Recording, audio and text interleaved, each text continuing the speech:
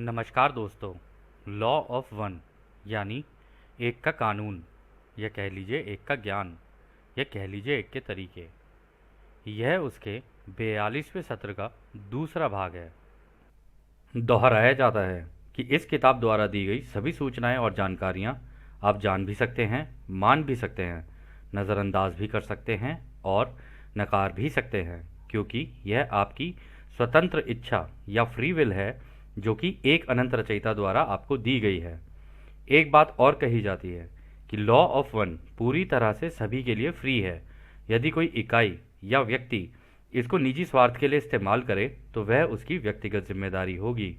और साथ ही साथ यह भी कहा जाता है कि यदि कोई व्यक्ति इसको अपनी भाषा में परिवर्तित करके दूसरों से साझा करना चाहे या फिर इन वीडियोस को अपने चैनल पर चलाना चाहे तो वह भी ऐसा कर सकता है, क्योंकि वह भी उसकी फ्री विल है। तो पहला सवाल डॉन करते हैं। तो इस समय अफ्रीका के क्षेत्र में भूखमरी की अत्यधिक समस्या क्यों है? क्या इसका कोई आध्यात्मिक कारण है या यह पूरी तरह से एक रैंडम घटना है? तो वही डॉन ने पूछा कि अफ्रीका के जो कंट्रीज़ हैं, अफ्रीकन कंट्रीज़ हैं, उनके अंदर इतनी भूखमरी क्यों है? क्या इसके पीछे भी कोई आध्यात्मिक कारण है या उन्होंने कोई माध्यम लगाए हुए हैं, इस तरीके का कुछ है क्या? तो रा कहते हैं, आपकी पहली धारणा सही है कि यह भूखमरी और खराब स्वास्थ्य एक माध्यम की तरह काम करता है। हालांकि यह किसी भी इकाई की स्वतंत्र इच्छा पर निर्भर है कि वह दूसरों की इस दुर्दशा को ठीक करने के लिए कुछ करे, और आवश्यक खाने के सामान और अन्य वस्तुओं को देना इस दिशा में उचित प्रतिक्रिया है, जिससे उस समय वो सिखाते और सीखते हैं, जिसमें दूसरों के लिए प्रेम और सेवा की बढ़ती समझ शामिल है। तो दोस्तों, रा ने कह दिया है कि उनकी इस हालत को देख के दूसरे सीखते हैं। इसमें ऐसा होता है कि ये उनके लिए एक माध्यम का काम कर रहे होते हैं कि भाई इनको इतनी दुख दर्द और परेशानी में देख रहे हो, तो आप अपनी स्वतंत्र इच्छा का इस्तेमाल करके उनकी इस दुर्दशा को देखते हुए फिर आप उन्हें खाने से उनकी हेल्प कर सकते हो, दवाइयों से उनकी हेल्प कर सकते हो, और भी कई तरीके हैं जिनसे उनकी आप मदद कर सकते हो। तो ये सारी चीज़ें एक माध्यम का काम करती हैं, जिसकी वजह से आपका एक प्रेम का झुकाव और एक सेवा का झुकाव डेवलप होता है, और इसी से ही आप सीखते हो और सिखाते हो। क्योंकि आप जब वहाँ उनकी मदद करोगे, या इवन अफ्रीका में भी नहीं, आप पूरे वर्ल्ड में आप किसी भी कंट्री के अंदर देख लो, यदि आप इस तरीके से करते हो तो आपका प्रेम और सेवा का झुकाव वो बढ़ जाता है, और आपको इससे अपनी ग्रेड इम्प्रूव करने में मदद मिलती है। तो अगला सवाल डॉन करते हैं, ऊर्जा केंद्रों को सक्रिय करने के विषय में उन इकाइयों के बीच क्या अंतर है जिसमें से एक व्यक्ति जो भावनात्मक स्थितियों में अपनी भावनात्मक रूप से चार्ज प्रतिक्रियाओं को दबा देता है, और दूसरा व्यक्ति जो संतुलित है और इसलिए वास्तव में भावनात्मक रूप से चार्ज की गई स्थितियों से अप्रभावित है? तो यहाँ पर दो सिचुएशन रखी हैं, देखिए दोस्तों, डॉन ने उन्होंने कहा कि इस दोनों तरीके के लोगों के बीच में क्या डिफरेंस है। एक तो वो जो इमोशनल होकर अपने जो रिएक्शंस होते हैं या उनके एक्शंस होते हैं, एक तो उनको दबा देगा कि भाई उसको पता नहीं है क्या करना है इसके इस स्थिति के अंदर, तो अपनी इमोशंस को किसी तरीके से दबाने की कोशिश करता है। जैसे कभी कभी होता है ना, हमें गुस्सा आ रहा होता है तो हम दबाने की कोशिश कर रहे होते हैं, हमें प्रेम आ रहा होता है तो हम उसे भी दबाने की कोशिश कर रहे होते हैं, हमें खुशी मिल रही होती है उसे दबाने की कोशिश कर रहे होते हैं, दुख होता है तो उसे भी दबाने की कोशिश कर रहे होते हैं। और एक तरफ एक दूसरा व्यक्ति है जो कि संतुलित है, जिसको इन सब चीज़ों से ही कोई फ़र्क नहीं पड़ रहा, वो अप्रभावित है, वो इमोशंस में बह ही नहीं रहा है। तो रा कहते हैं इसमें इस प्रश्न में गलत धारणा है। वास्तव में संतुलित व्यक्ति के लिए कोई भी स्थिति भावनात्मक रूप से चार्ज नहीं हो सकती। इस समझ के साथ हम यह कह सकते हैं कि भावनाओं को दबाने से एक व्यक्ति तब तक ध्रुवीकृत नहीं होता है जहां तक वह सहज स्पॉन्टेनियस तरीके से उस स्थान समय के माध्यम का इस्तेमाल नहीं करता है। इस प्रकार उसके ऊर्जा केंद्र हल्के हो जाते हैं। हालांकि कुछ इकाइयों का झुकाव पॉजिटिव हो सकता है यदि वे दूसरों के लिए अपनी भावनाओं को दबाते हैं। तो पहला पार्ट तो दोस्तों इसके अंदर उन्होंने ये कहा कि भाई ये जो आपने जिस तरीके से इस क्वेश्चन को रखा है ना, उसको उसकी जो धारणा है वो थोड़ी गलत है, जिस तरीके से रखा गया है ये। उन्होंने कहा देखो, भावनाओं को अगर आप दबाओगे ना तो आपका ना कोई ध्रुवीकरण नहीं होगा, मतलब आपका कोई झुकाव नहीं हो रहा है, क्योंकि एक्शन ही नहीं ले रहे हो आप तो दबाए जा रहे हो, दबाए जा रहे हो, दबाए जा रहे हो। और उसकी वजह से जो आपके चक्रास है ना, उनके जो अंदर की जो रोशनी है ना वो डिम हो रही है, मतलब कम होती चली जा रही है। तो इसका मतलब आपको अपने इमोशंस का इस्तेमाल करना है चाहे कैसे भी इमोशंस हों, दुख के हों, सुख के हों, खुशी के हों, कैसे भी हों, उनका इस्तेमाल करके दूसरों में प्रेम और खुशी बांटने का या उनकी सेवा करने का, उस डायरेक्शन में झुकाव बनाना होता है। ये सारी चीज़ें माध्यम का काम करती हैं। और उन्होंने ये भी कहा है कि कुछ लोग तो हो सकता है कि इस केस के अंदर पॉजिटिव झुकाव बना लें, क्योंकि वो बेशक हो सकता है ऐसा हो ना कि वो अपनी जो इच्छाएं हैं और अपनी जो इमोशंस हैं उनको इसलिए दबा रहे हैं ताकि दूसरे को दुख ना पहुंचे। ये होता है ना कभी कभी हमारे साथ कि हम कई चीज़ों में हम सामने वाले को बोलते नहीं है क्योंकि हमें ऐसा लगता है कि इसको दुख पहुंचेगा अगर हमने बोला। लेकिन उसी सिचुएशन को अगर एक बार देखा जाए, हो सकता है कि उस केस में आपका गुस्सा हो उस व्यक्ति से, लेकिन उसी गुस्से को आप प्यार से भी तो व्यक्त कर सकते हो। सेम सिचुएशन को दो तरीके से डील किया जा सकता है। तो या तो आप सामने वाले के ऊपर गुस्सा निकाल दोगे तो फिर उसकी भी ईगो भड़केगी, आपकी भी भड़केगी, फिर वो भड़क भड़क के एक तड़क भड़क हो जाएगी, उसका कोई फ़ायदा नहीं है। तो उससे बेटर ये है ना कि उस गुस्से को प्यार से चैनलाइज करके और रोका ना जाए अपने अंदर। क्योंकि आपको याद होगा रा ने पिछले सत्र के अंदर बताया था कि अगर आप अपने गुस्से को दबाते हो और ये सारी चीज़ें करते हो तो उससे कैंसर के सेल्स डेवलप होते हैं। तो फिर उसको रोका ना जाए, उसको चैनलाइज किया जाए, या खुशियाँ भी हों उन्हें भी चैनलाइज किया जाए। दूसरी मतलब कहीं किसी ना किसी तरीके का झुकाव, यानी वो कह रहे ध्रुवीकरण बनाने के लिए कि या तो इधर हो जाओ या उधर हो जाओ। फिर आगे राह कहते हैं, वह व्यक्ति जिसने महसूस करने के लिए माध्यमों के साथ काफ़ी लंबे समय तक काम किया हो लेकिन अपनी प्रतिक्रियाओं को व्यक्त करने के लिए उन माध्यमों को आवश्यक नहीं पाया हो, वह अभी तक संतुलित नहीं है। लेकिन अनुभवात्मक निरंतरता की पारदर्शिता के कारण उस व्यक्ति का कोई विध्रुवीकरण यानी डीपोलराइजेशन नहीं होता है। इस प्रकार अपनी प्रतिक्रियाओं को देखने और स्वयं को जानने की क्षमता में क्रमिक वृद्धि उस व्यक्ति को एक सच्चे संतुलन के और करीब लाएगी। लेकिन इस समय माध्यमों की प्रक्रिया आपकी धरती पर तीव्र होने के कारण हम धैर्य रखने का अनुरोध और सुझाव देंगे और लगातार सीखने और सिखाने की अवधि में इसके उपयोग की सराहना करेंगे। तो दोस्तों बड़ा सुंदर जवाब दिया है यहाँ पे रा ने कहा कि होता क्या है कि हम लोग जब अपनी ज़िंदगी में जी रहे होते हैं ना तो कई चीज़ें हमारी ज़िंदगी में घट रही होती हैं कि किसी ने ऐसे कर दिया, हाँ ठीक है कोई बात नहीं, उसने वैसा कर दिया, हाँ कोई बात नहीं। तो अगर ऐसा करते जाएंगे या हम बिल्कुल ही एकदम ओवर रिएक्टेड हो रहे हैं, मतलब हर चीज़ के ऊपर ओवर रिएक्ट कर रहे हैं, तो उस केस में भी यहाँ पर राय ये कह रहे हैं कि इसका मतलब वो व्यक्ति भी अभी तक असंतुलित है, क्योंकि वो अभी महसूस ही कर रहा है चीज़ें कि हाँ इस ये अच्छा ये ऐसा अनुभव है, ये ऐसा अनुभव है, ये ऐसा अनुभव है, या उनकी आदत पड़ गई उसको। अब आदत पड़ गई तो उसके एक्शन निरंतर एक जैसे ही रहेंगे, तो इसका मतलब वो संतुलित व्यक्ति नहीं है। वो इस केस में ऐसा हो रहा है उसके साथ कि उसके साथ घटनाएं घटी चली जा रही हैं, बट वो रुक कर ठहर कर देख नहीं रहा है कि मेरे को अपना एक झुकाव बनाने की ज़रूरत है। वो बीच में हो सकता है कहीं झूल रहा हो, इसलिए वो असंतुलित है। और आगे वो ये कहते हैं कि अनुभवात्मक निरंतरता की पारदर्शिता के कारण उस व्यक्ति का कोई विध्रुवीकरण नहीं होता है, यानी कि ऐसे व्यक्ति का कोई डीपोलराइजेशन नहीं है। ना तो वो खुद की सेवा के रास्ते पर ही है, ना वो दूसरों की सेवा के रास्ते पर है। वो बस अपनी ज़िंदगी जिए चले जा रहा है, जिए चले जा रहा है लगातार। उसे पता नहीं है उसको एक साइड चूज़ करके तो एक साइड में अपना झुकाव बनाने की ज़रूरत है। और इसीलिए उन्होंने ये कहा, इस प्रकार अपनी प्रतिक्रियाओं को देखने और स्वयं को जानने की क्षमता में क्रमिक वृद्धि उस व्यक्ति को एक सच्चे संतुलन के और करीब लाएगी। तो इस वक्त इसलिए उन्होंने रा ने कहा है कि अगर वो अपनी ज़िंदगी को देखने लग जाए कि स्टार्टिंग से सोचे कि मेरी ज़िंदगी ऐसी ऐसी ऐसी ऐसी चलती हुई आई है, तो इसकी वजह से मेरा किस तरीके का झुकाव हुआ है। तो जिस तरीके का उसका झुकाव होने लग जाए ना, उसी वक्त रुक कर एक बार सोच ले कि क्या ये मेरा सही झुकाव है। अगर है तो क्या ये मेरा चुनावा झुकाव है। अगर ये मेरा चुनावा झुकाव है तो वहाँ रुक कर अपना झुकाव ढूंढे कि भाई मेरे को दूसरों की सेवा की साइड में जाना है, कुछ ऐसा करना है कि जिससे दूसरों को फ़ायदा हो, या कुछ ऐसा करना है जिससे मेरे को फ़ायदा हो, या कुछ ऐसा करना है कि भाई 51% दूसरों के लिए कर सकूं और 49% अपने लिए कर सकूं, तो वो एक संतुलित व्यक्ति बन सकता है। तो अगर वो अपनी ज़िंदगी को देखना शुरू करेगा तभी वो एक सच्चे संतुलन के करीब आएगा।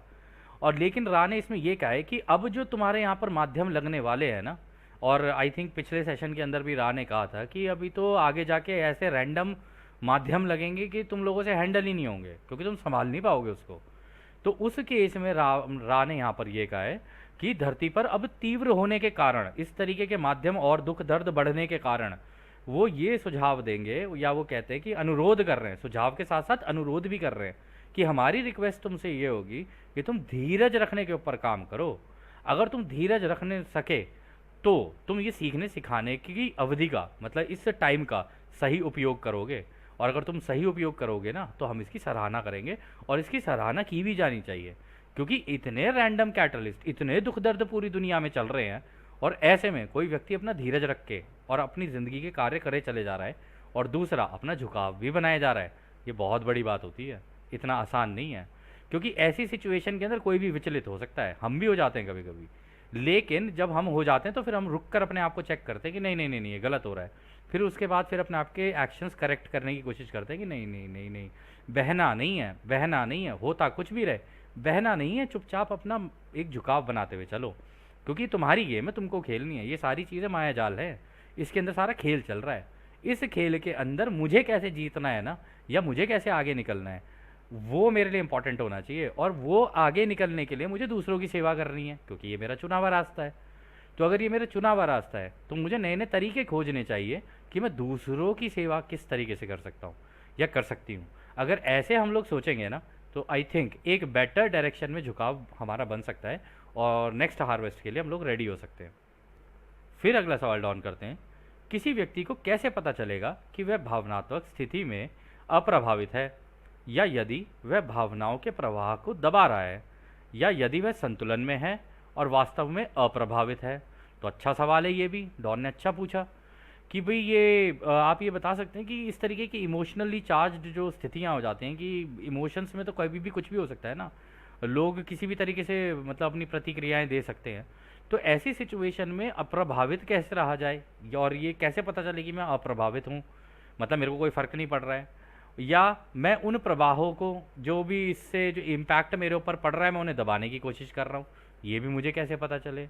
या मैं संतुलन में हूँ और वास्तव में अप्रभावित हूँ, मतलब मेरे को कोई फ़र्क नहीं पड़ रहा और मैं संतुलन में आ चुका हूँ, ये मुझे कैसे पता चलेगा एक एक मतलब इस धरती के व्यक्ति के अनुसार। तो राइस का जवाब देते हैं, हमने इस बिंदु पर बात की है, इसलिए हम संक्षेप में यह दोहराएंगे कि संतुलित व्यक्ति के लिए किसी भी स्थिति का भावनात्मक चार्ज नहीं होता, और यह किसी भी अन्य स्थिति की तरह ही होती है, जिसमें इकाई को सेवा का अवसर मिल भी सकता है और नहीं भी। एक इकाई इस रवैये के जितना करीब आती है उतना ही एक इकाई संतुलन के करीब होती है। तो दोस्तों बहुत एक और बढ़िया तरीका बताया उन्होंने। उन्होंने कहा कि अगर इस तरीके की इमोशनली चार्ज आपके सामने सिचुएशंस हों कि भाई मतलब सारी चीज़ें इमोशनली बहे चले जा रही हैं, तो एक संतुलित व्यक्ति के लिए ना जिसके अंदर संतुलन होगा वो इस चीज़ को वो भावनाओं में नहीं बहेगा उसकी, वो बड़ा सटीक तरीके से उन सिचुएशंस के अकॉर्डिंगली क्या एक्शन होना चाहिए ना वैसे काम करेगा। वो ऐसा नहीं होगा कि उन इमोशंस के अंदर बह जाएगा, और वो किसी भी मतलब इस तरीके की स्थिति को ऐसे देखेगा कि यार चलो ठीक है, ये कोई मेरे साथ ही थोड़ी ना हो रहा है, दुनिया में पता नहीं और कितने लोगों के साथ होता होगा। अब जब कितने सारे लोगों के साथ होता होगा तो वो क्या करते होंगे, तो वो उन्होंने अगर ऐसा किया तो चलो जी मैं भी ऐसे ही कर लेता हूँ, अगर उसमें उनके अच्छे रिजल्ट्स मिले तो वैसा कर लेता हूँ। तो ऐसे वो सीखता चला जाता है, या वो कुछ नए क्रिएटिव एक्सपेरिमेंट्स कर सकता है कि हाँ इस सिचुएशन में मैं ऐसा कर लेता हूँ या वैसा कर लेता हूँ, सो दैट उस सिचुएशन को संभाला जा सके। और इसमें उन्होंने आगे ये कहा है कि आपको सेवा का मौका मिल भी सकता है उस सिचुएशन के अंदर और नहीं भी। तो आपको ढूंढना चाहिए कि क्या इसके अंदर मैं कोई सेवा दे सकता हूँ, अगर दे सकता हूँ तो किस तरीके से करूँ कि ये मांग ले मुझसे सेवा, अगर इसने सेवा मांगी तो मैं इसकी सेवा कर पाऊँगा, ये एक तरीका। फिर उन्होंने एंड में ये जाते जाते मतलब इस सवाल के अंदर ये कहा कि भाई वो जितना इस तरीके के अपने बिहेवियर के पैटर्न को बनाता जाएगा ना, इस रवैये को अपनाता जाएगा, उतना ही उसका संतुलन आता जाएगा और करीब होता जाएगा संतुलन के। यानी कि इमोशंस में बहना नहीं है, उस सिचुएशन को देखना है, उसके अकॉर्डिंगली एक्ट करना है, ना कि उसके साथ बह जाना है। क्योंकि अगर आप बहोगे तो फिर आप भी वैसे ही हो जाओगे, सारे के सारे एक ही मतलब सिचुएशन के अंदर फंस जाओगे। फिर वो आगे कहते हैं, यह हमारी सिफारिश नहीं है कि माध्यम की प्रतिक्रियाओं को तब तक दबा दिया जाए जब तक कि ऐसी प्रतिक्रियाएं एक बाधा ना हो जाएं, जो एक से दूसरे के लिए एक के कानून के अनुरूप ना हो। अनुभव को व्यक्त करने की अनुमति देना बेहतर है ताकि इकाई इस माध्यम का पूर्ण उपयोग कर सके। तो यहाँ पर भी देखो रानी कहती कह रहे कि हम तुम्हें बिल्कुल सजेस्ट नहीं करेंगे कि तुम भाई अपने इमोशंस की वजह से जो रिएक्शंस हो रहे हैं उनको दबाओ। और इनको तब तक तुम दबा सकते हो कि जब तक ये प्रतिक्रियाएं तुम्हारे लिए, मतलब ये एक्शंस या रिएक्शंस तुम्हारे लिए बाधा ना बन जाए। ऐसा ना हो कि तुम इतने दबाए जा रहे हो, इतने दबाए जा रहे हो कि सामने वाला तुम्हें दबाए जा रहा है और तुम एक्शन ही नहीं ले पा रहे हो। अगर तुम एक्शन ही नहीं ले पा रहे हो, तुम तो सिचुएशन के अंदर फंस गए। तुम हो सकता है ये सोच रहे हो कि भाई मैं सामने वाले के साथ ऐसा ना करूं क्योंकि कहीं उसको दुख ना पहुंचे। भाई एक लिमिट तो होगी, एक लिमिट के बाद आपको उस इमोशन को निकालना तो पड़ेगा ना बाहर। अगर आप नहीं निकालोगे तो आप ही कुड़ कुड़ के मर जाओगे अंदर से। तो ऐसा ना किया जाए कोशिश ये की जाए कि उस सिचुएशन को संभाला जाए। पर अगर सामने वाला ही आपके ऊपर हावी हुआ जा रहा है, तब उस केस में आपको अपनी प्रतिक्रिया दिखानी चाहिए जो कि एक के कानून के अनुरूप हो, यानी दूसरों की सेवा के झुकाव और प्रेम के अनुरूप हो। ऐसा ना हो कि आप उससे लड़ने के लिए बैठ जाओ। प्यार प्यार से उस सिचुएशन को हैंडल करते जाओ। हालांकि सुनने में ये ऐसा लगेगा जैसे कि ये व्यक्ति दूसरों को मैनिपुलेट करने की कोशिश कर रहा है, लेकिन मैनिपुलेशन की बात नहीं हो रही है यहाँ पे। बात ये हो रही है कि जब सिचुएशन ही ऐसी हो तो उसे प्यार से ही हैंडल किया जाए तो ज़्यादा बेहतर है। क्योंकि उस सिचुएशन में आप सीखोगे भी बहुत कुछ और हो सकता है आपको दूसरों की सेवा करने की अपॉर्चुनिटी मिल जाए। और उसमें भी वो आगे कह रहे हैं अनुभव को व्यक्त करने की अनुमति देना बेहतर है ताकि इकाई इन माध्यमों का पूर्ण उपयोग कर सके। यानी कि इन जो आपके इमोशंस हैं इनको व्यक्त करना, इन अनुभवों को व्यक्त करना, कि मतलब आपको ऐसा अनुभव हुआ इस चीज़ से, मान लो कोई दुख दे रहा है आपको, तो उसे साफ बोल दो कि यार तूने ऐसा किया ना, मेरे को ठीक नहीं लगा है। मतलब जो भी बात है क्लियर कर लो उस इंसान के साथ। क्योंकि जब आप क्लियर कर लोगे ना, वो भी अपनी बाउंड्री समझेगा, आप भी अपनी बाउंड्री समझोगे।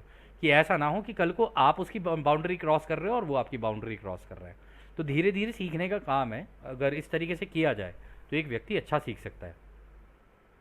फिर अगला सवाल डॉन करते हैं, यह कैसे पता लग सकता है कि कौन से ऊर्जा केंद्र सक्रिय हैं और उस पर तुरंत ध्यान देने की आवश्यकता नहीं है, और कौन से ऊर्जा केंद्र सक्रिय नहीं हैं और उस पर तुरंत ध्यान देने की आवश्यकता है।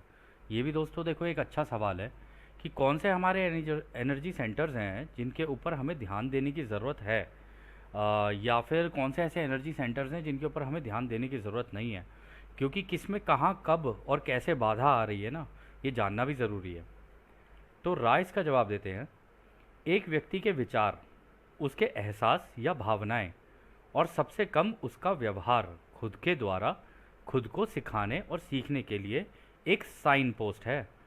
एक दैनिक चक्र के अपने अनुभवों की समीक्षा करके एक इकाई यह आकलन कर सकती है कि वह किसे अनुचित विचार, व्यवहार, एहसास और भावनाएं मानती है।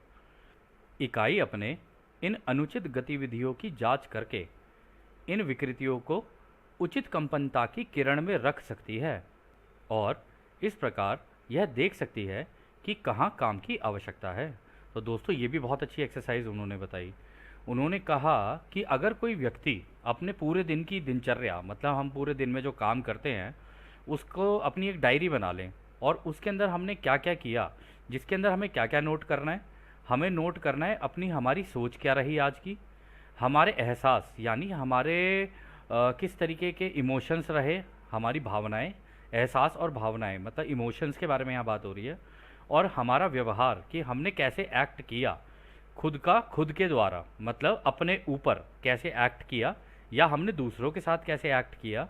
ये सीखने और सिखाने के लिए एक साइन पोस्ट है। मतलब इससे अंदाज़ा लगाया जा सकता है कि एक व्यक्ति अपना झुकाव किस तरीके से या अपने चक्रों को किस तरीके से बैलेंस करे, और डेली बेसिस के ऊपर अपने जो एक्सपीरियंसेस हैं, अपने जो अनुभव हैं उनको चेक करे, उनकी समीक्षा करे और ये आकलन करे, मतलब उनको चेक करे या उनको बैलेंस करे कि कौन से उनकी जो सोच थी जिसकी ज़रूरत नहीं थी, कौन सा ऐसा व्यवहार था उनका जिसकी ज़रूरत नहीं थी, कौन से ऐसे एहसास और भावनाएं थी जिनकी ज़रूरत नहीं थी लेकिन फिर भी उन्होंने जाने अनजाने में वो की।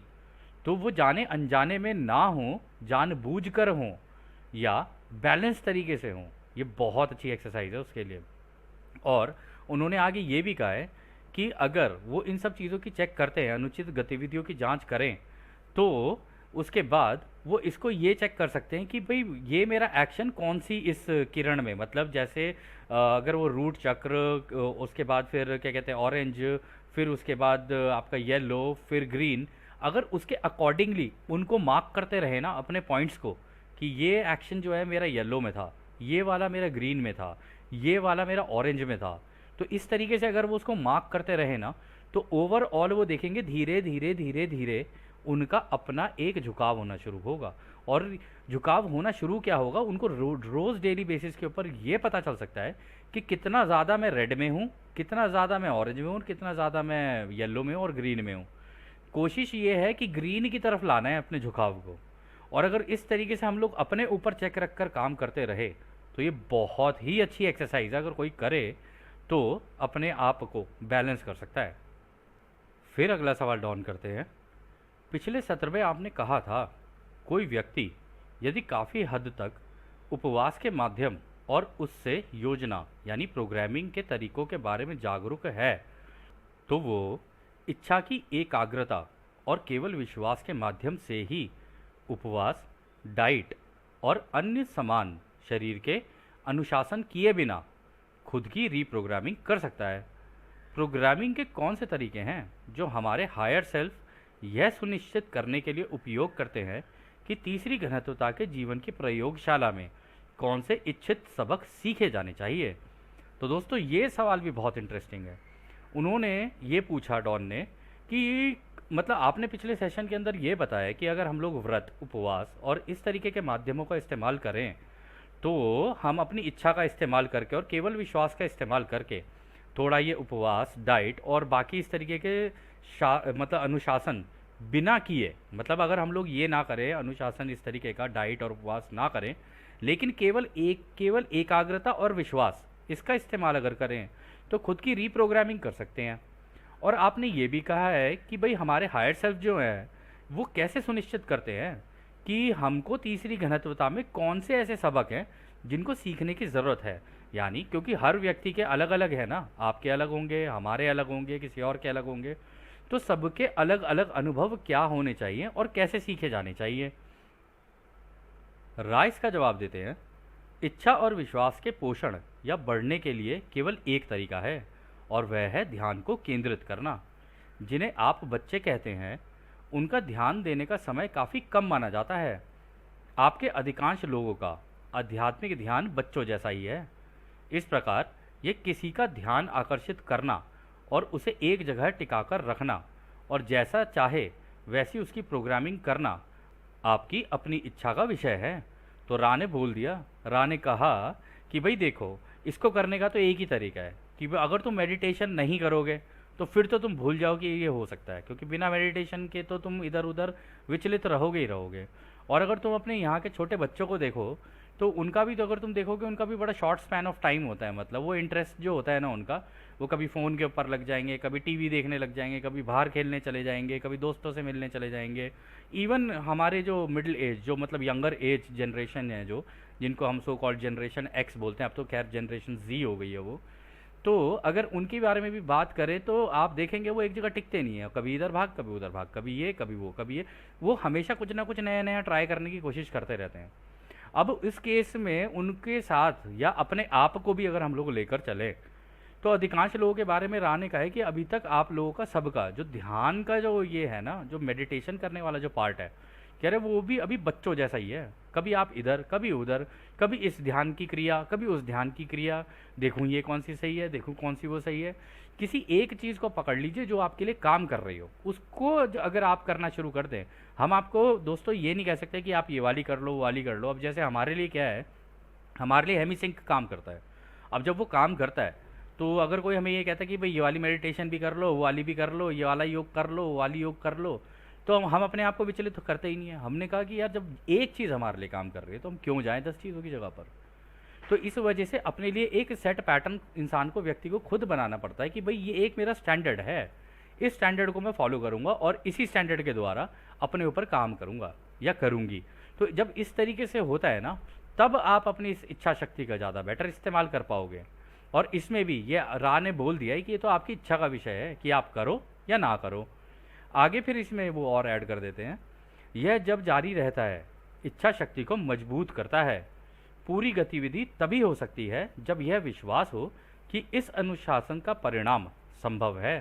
तो उन्होंने कहा कि देखो ये तुम्हारी इच्छा शक्ति को पहली बात तो मजबूत करेगा। ठीक। दूसरी चीज़, जब ये तुम करते जाओगे ना, तो तुम्हारा एक अनुशासन बिल्ड होगा, और जब एक अनुशासन यानी एक डिसिप्लिन बिल्ड होता है ना, तो आपको ये पता रहता है कि हाँ इसका कोई ना कोई तो डेफिनेटली परिणाम निकलेगा ही निकलेगा, है ना। तो जब ऐसा होने लग जाता है ना, तब जाके आपका एक्चुअली में प्रॉपर संतुलन बनना शुरू होता है। बिना मेडिटेशन किए अगर आप सोच रहे हो कि आप एक्शंस ले लोगे और फिर ये सारी चीज़ें कर लोगे, चाहे बेशक आप 15 मिनट की मेडिटेशन करो, आधे घंटे की करो, लेकिन एक रूटीन होता है ना, अगर वो बना रहे किसी व्यक्ति का, तो उसके बाद जो उसके एक्शंस होते हैं ना, वो बड़े परफेक्ट जाते हैं, क्योंकि उसको अपने ध्यान की अवस्था में ही जाके पता चलता रहता है कि मेरे को अपने आप को संतुलित कैसे करना है।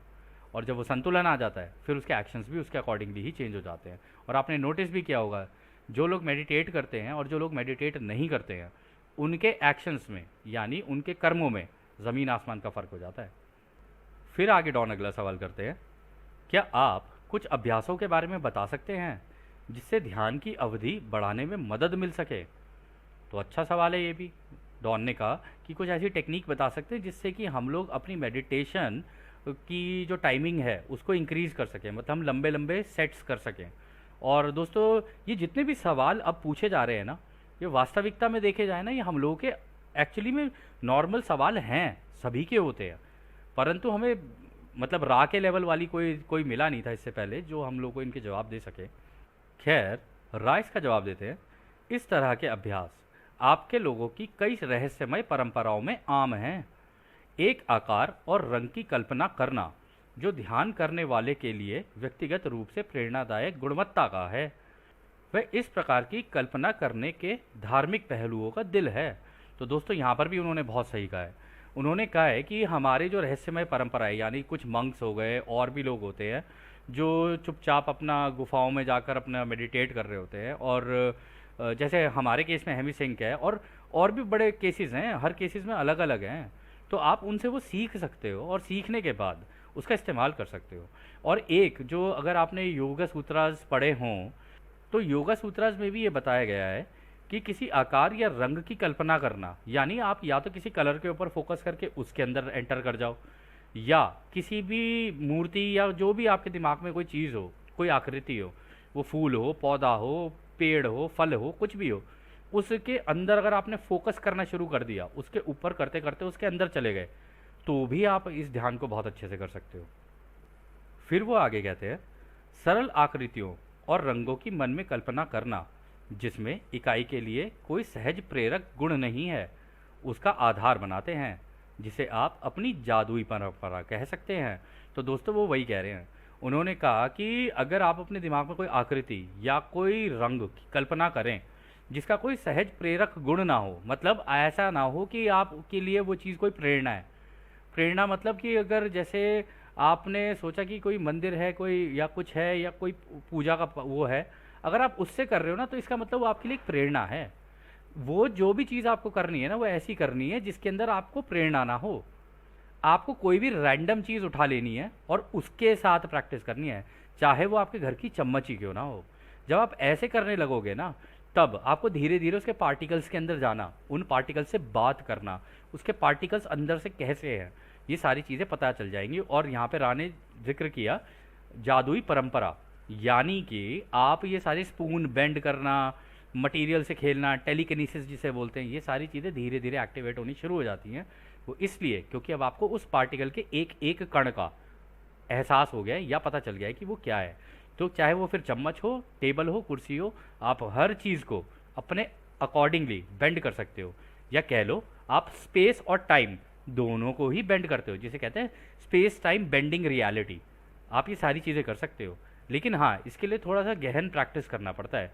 और जो हमारे असेंडेड मास्टर्स हैं, उन्होंने इसकी प्रैक्टिस कर करके इन चीज़ों को अटेन किया था। और ये कोई ऐसा नहीं है कि आप लोग अटेन नहीं कर सकते, आप भी कर सकते हो, कोई भी कर सकता है ये, इसमें कोई बहुत बड़ी चीज़ नहीं। अगर आप जाके देखोगे टेलीकिनेसिस, नॉर्मल लोगों को भी देखोगे, बहुत लोग हैं टेलीकिनेसिस कर लेते हैं, लेकिन उसके लिए बस ये प्रैक्टिस की ज़रूरत होती है। अगर प्रैक्टिस करेंगे तो ये भी आ जाएगा। फिर वो आगे कहते हैं, चाहे आप गुलाब की तस्वीर लें या चक्र की, यह महत्वपूर्ण नहीं है। हालांकि यह सुझाव दिया जाता है कि इस क्षमता का उपयोग करने के लिए कल्पना करने की दिशा में किसी एक या अन्य रास्ते को चुना जाना चाहिए। यह आकृतियों और रंगों की सावधानीपूर्वक व्यवस्था के कारण है कि ये उन लोगों द्वारा कल्पना करने के रूप में बताया गया है जो जादुई परंपरा में डूबे हुए हैं। बिल्कुल सही कह रहे हैं वो। उन्होंने कहा है कि एक नॉर्मल मटेरियल को लेना है और उसकी डायरेक्शन के अंदर काम करना है अगर कर सको तो। और ये तुम्हारी जादुई परंपरा जो मेडिटेटिव प्रैक्टिसेस होती हैं जिसे वाइट मैजिक भी बोलते हैं, अगर उनके अकॉर्डिंगली तुम देखोगे ना, तुम्हें पता चलेगा कि वो भी इन्हीं टेक्निक्स का इस्तेमाल करते हैं, है ना। और यहाँ पर उन्होंने ये कहा है कि आप किसी भी दिशा में जा सकते हो, आप कोई भी चीज़ चुन सकते हो, ये आपके ऊपर है। ऐसा नहीं है कि हम आपको ये कहेंगे कि आप गुलाब चुनो या फिर आप ये चुनो, कोई और चीज़ चुनो, या फिर टेबल चुन लो या कुर्सी चुन लो। जितनी छोटी चीज़ हो उतना बेटर, या फिर कोई भी रैंडम चीज़ हो उतना बेटर।